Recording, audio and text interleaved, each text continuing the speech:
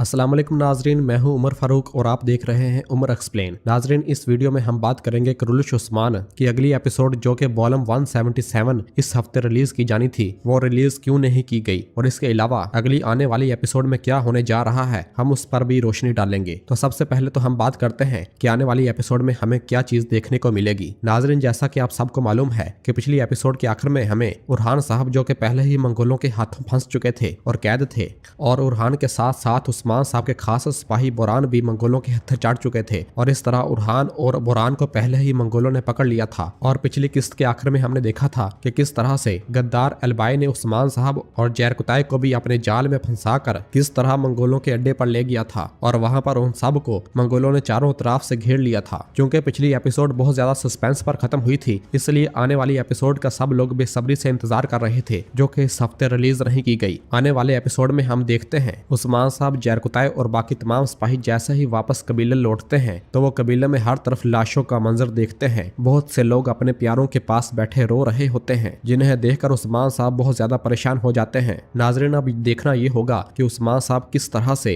मंगोलों के हाथों से बच पाते हैं, या फिर मंगोल कमांडर खुद ही उस्मान साहब को जाने देता है। जबकि इसके बाद हम अगले मंजर में देखते हैं कि कमांडर ओलुगान भी काई कबीले पहुंच चुका होता है। उस्मान साहब, बाला खतून और बाकी सब ओलुगान के सामने मौजूद होते हैं, और ओलुगान उस्मान साहब से पूछ रहा होता है, क्या तुमने अपना फैसला कर लिया उस्मान? यह सुनते ही उस्मान साहब कहते हैं, तुम जीत गए, और अपनी जैन और हथियार ओलुगान के सामने फेंक देते हैं। ये मंजर देखकर अलाउद्दीन चीखते हुए कहता है, नहीं बाबा नहीं, मैं अपने बाबा को हसीर नहीं होने दूंगा। जबकि फातिमा खातून और बाकी साहब भी बहुत ज्यादा रो और चीख रहे होते हैं। और फिर इसके बाद हम अगले मंजर में देखते हैं कि उस्मान साहब को ओलुगान ने कैद कर लिया होता है और उसे बांधा हुआ होता है, और तमाम कबीले के लोगों से मुखातब होकर कह रहा होता है, देखें तकब्बर की इंतहा, देखें ताकि तुम लोग इससे सबक हासिल कर सको। और फिर इसके बाद हम अगले मंजर में देखते हैं कि गोंजा खातून बेगम और बाला खेमे में मौजूद होते हैं, और गोंजा बाला से कह रही होती है, कबीले में होने वाली तमाम शरारतों के पीछे बेगम का हाथ था, क्योंकि ये उस्मान साहब से प्यार करती है। ये सुनते साथ ही बाला एक जोरदार थप्पड़ बेगम को रसीद कर देती है, जिस पर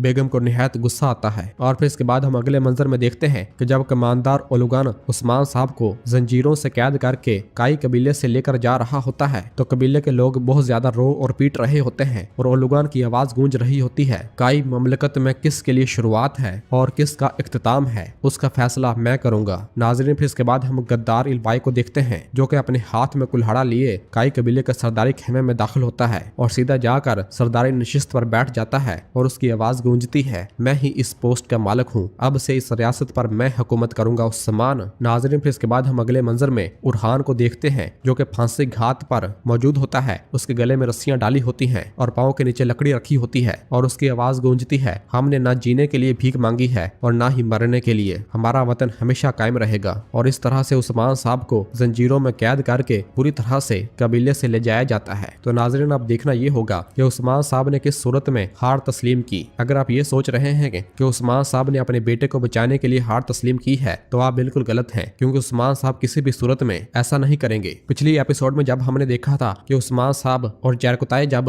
मंगोल कमांडर ओलुगान के फंदे में फंस गए थे, तो वहां पर यकीनन कमांडर ओलुगान ने उस्मान साहब से डील की होगी, और उस्मान साहब को इस शर्त पर छोड़ दिया होगा कि अगर वो अपने कबीले के लोगों को बचाना चाहता है, जिसे उसने गद्दार इलबाई के जरिए जहर दिया था, और तमाम लोग चूंकि उस जहर की वजह से मर रहे होंगे और उस्मान साहब की आंखों के सामने ये सब कुछ हो रहा होगा, तो उस्मान साहब ने मजबूरन ओलुगान से तरियाके जहर लेने के लिए अपनी हार तस्लीम कर ली होगी और उसकी बैत में चला गया होगा। क्योंकि इस ट्रेलर में हम देखते हैं कि उरहान तो मंगोलों के हाथों कैद होता है, लेकिन बोरान काई कबीले में ही मौजूद होता है। अब ऐसा लग रहा है कि कमांडर ओलुगान ने उरहान को नहीं छोड़ा होगा, लेकिन बोरान को छोड़ दिया होगा, और उस्मान साहब जैसे ही वापस कबीले पहुंचे होंगे तो उन्हें एहसास हो गया होगा कि वो किसी भी सूरत तरियाके जहर नहीं बना सकेंगे, इसलिए उन्होंने हार तस्लीम कर ली होगी। और इसके अलावा अब देखना ये होगा कि गद्दार इलबाई वाकई में गद्दार है, या फिर वो किसी बड़े मकसद को हासिल करने के लिए उस्मान साहब का साथ दे रहा हो और उस्मान साहब को उसके बारे में सब कुछ मालूम हो। ये तो हम आने वाली ही एपिसोड में ही देखेंगे। अब हम बात करते हैं कि इस हफ्ते एपिसोड क्यों नहीं रिलीज की गई। तो नाजरीन, मैं आपको बताते जाऊं कि तुर्की में हर नए साल पर तकरीबन तमाम लोगों को 2 हफ्तों के करीब छुट्टियां होती हैं और तमाम काम बंद कर दिए जाते हैं। पूरा मुल्क छुट्टियां गुजार रहा होता है, तमाम अदाकार भी छुट्टियों पर ही होते हैं, इसलिए इस हफ्ते एपिसोड रिलीज नहीं हो सकी। और मुमकिन तौर पर ये खबरें आ रही हैं कि आने वाले हफ्ते में भी उस्मान की एपिसोड नहीं देखने को मिलेगी।